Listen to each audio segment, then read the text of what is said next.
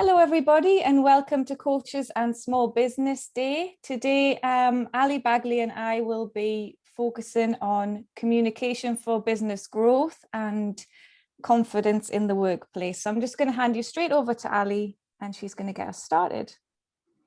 Good morning everybody. I hope that now it's Thursday that you've seen many of our recordings or come on any of our live events and are already starting to feel better mentally and physically about your workplace wellness. So this morning we're kind of concentrating on small businesses, so people who work for themselves, and we're talking first of all about communication for business growth. Now let me tell you who am I, just so you know what I'm talking about. I'm Ali Bagley. I'm a business writer's coach. I'm a life coach, a geographer of emotions, an author and a storyteller. And as you can see, I've written a few books. Most of the stuff that I write is about helping you to develop your business, to grow your business, because my mission is to help you to grow and achieve. My goal is to grow my business, obviously, but I do that by helping you to grow yours. And I do courses and one-to-ones, and I write my books, and I work with people to develop your writing skills for business. So that's the things that you need to get out there to grow your reputation, be that social media posting, blogs, website content, developing your own courses. I do a full course on everything you need to know about developing your online course, and planning and writing your books. Because I've been years and years in business, both corporate and self-employed, I have a lot of skills. I'm a qualified project manager and proposals manager. So I do a lot of work with people on building the business side of their business. In fact, the latest book that's coming out, I'll just say it now, is Love Coaching, Hate Business, which is coming out at the beginning of August. Susan Lane and I, who both come from strong project management business backgrounds, want to help all of you who are coaches to think about the business side of your business, so that when you've got that right, you can just concentrate on what you love, which is coaching. So I take you on emotional journeys of self-discovery and growth. So this evening I'm taking a bunch of people around England on a metaphysical journey to do that. And I help people to understand the power of building relationships through communication. And communication is what we are going to be talking about now. So what do we mean by communication? There's verbal, it's the spoken word. So telephone, Clubhouse are probably verbal communications that you're familiar with. There's visual. So there's the Instagram, TikTok, Facebook Lives type of communication that we do in our business.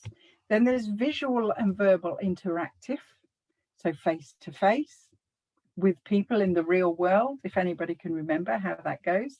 Zoom, which is what we're doing now, maybe working on Teams, networking generally, any kind of interaction where you're seeing and you're hearing.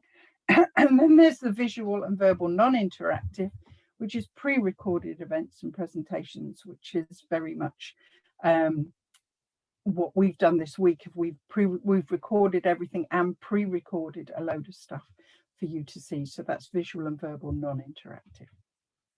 Then there's the written stuff, the messaging, the emails, letters. Does anybody remember writing letters, posts, blogs and articles? So what communication methods do you use in your business? It's really important to think about what you use and what is most effective for your business and what is most effective for your clients. But I bet you use almost all of them, if not all of them, certainly a good mix of all of them. And it's good to have a good mix because people learn in different ways and they communicate in different ways. So some people might be more perceptive to just verbal, so like Clubhouse, for instance. There are some people who would like to watch something pre-recorded because they don't really want to get involved. They just want to see and listen and learn.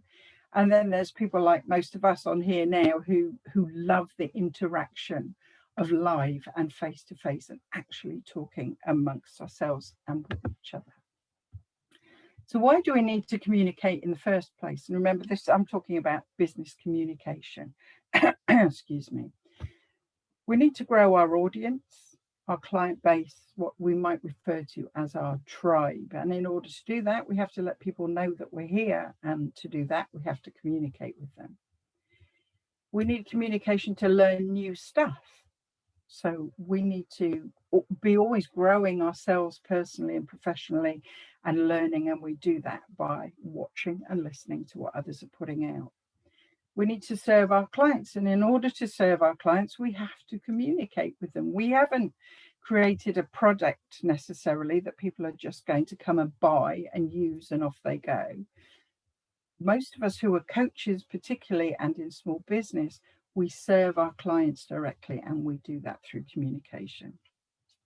We need to be seen in our marketplace. You have to stick your hand up and get your head up over the parapet so people can see that you're there, understand what you do, and come to you for the help and support that you're offering. And we need to communicate in order to run our business. So within our teams, we may have people that work with us, people that we collaborate with, people that we actually run our business with, and we have to talk to them, obviously, or communicate with them in some way. Anybody else on here, can you think of any other reason why we need to communicate? Feel free to shout up. No, I've covered it. Brilliant. Okay. So what are the key benefits of specific interactive communication for your business, either in person or virtually? So there are various kinds of communication methods on the left-hand side. So there's networking, there's courses, Facebook Lives, workplace meetings, social gatherings, presentation. All of those things are designed to transmit knowledge and understanding, either one way or both ways. And when you network, you're allowing people to get to know you, to get to know your business. You can build your reputation through networking. You can learn from others by networking. You can actually get to create collaboration opportunities by getting to know people.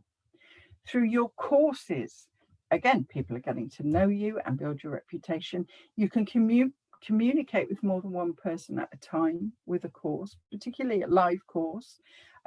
Pre-recorded online courses, not so much because they're not interactive, but live courses you can.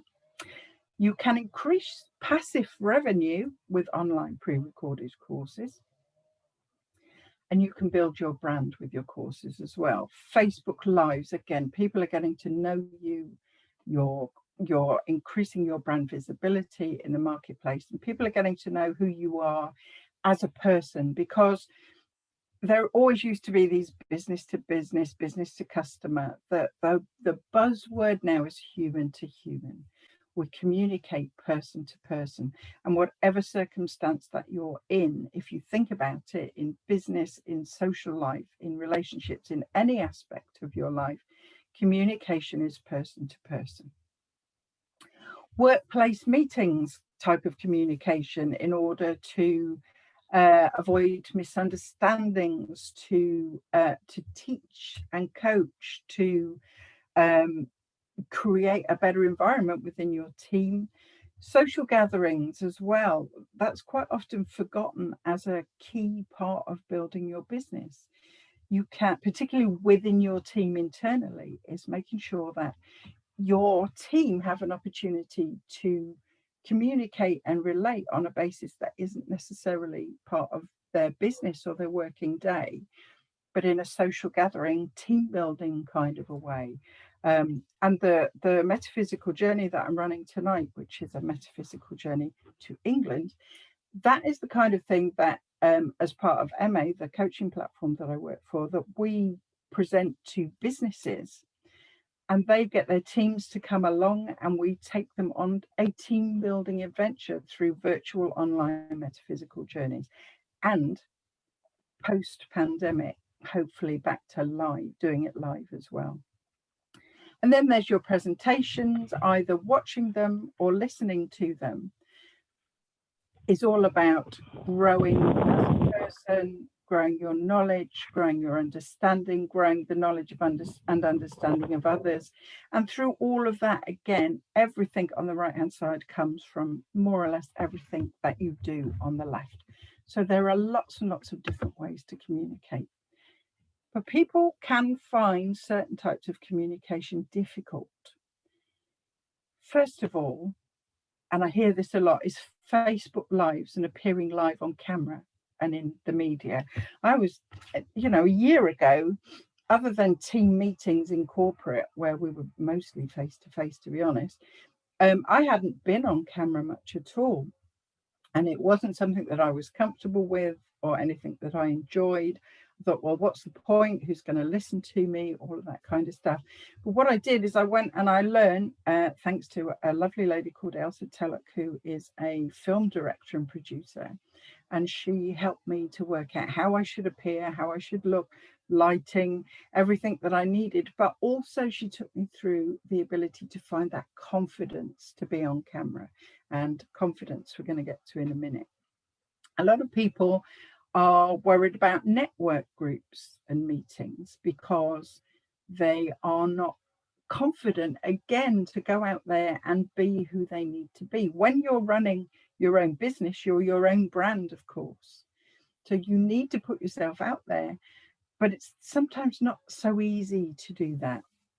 And when it comes to the type of communication that we do that's written, so social media posts, blogs, articles, writing a book, developing a course, all of those written kind of things. Again, if you feel you haven't got the skills for that, then it's something that you might find that you're afraid to do. And that would be a pity, because all of those skills, if you can grow them and use them in your business, they will really help you to grow your business in turn.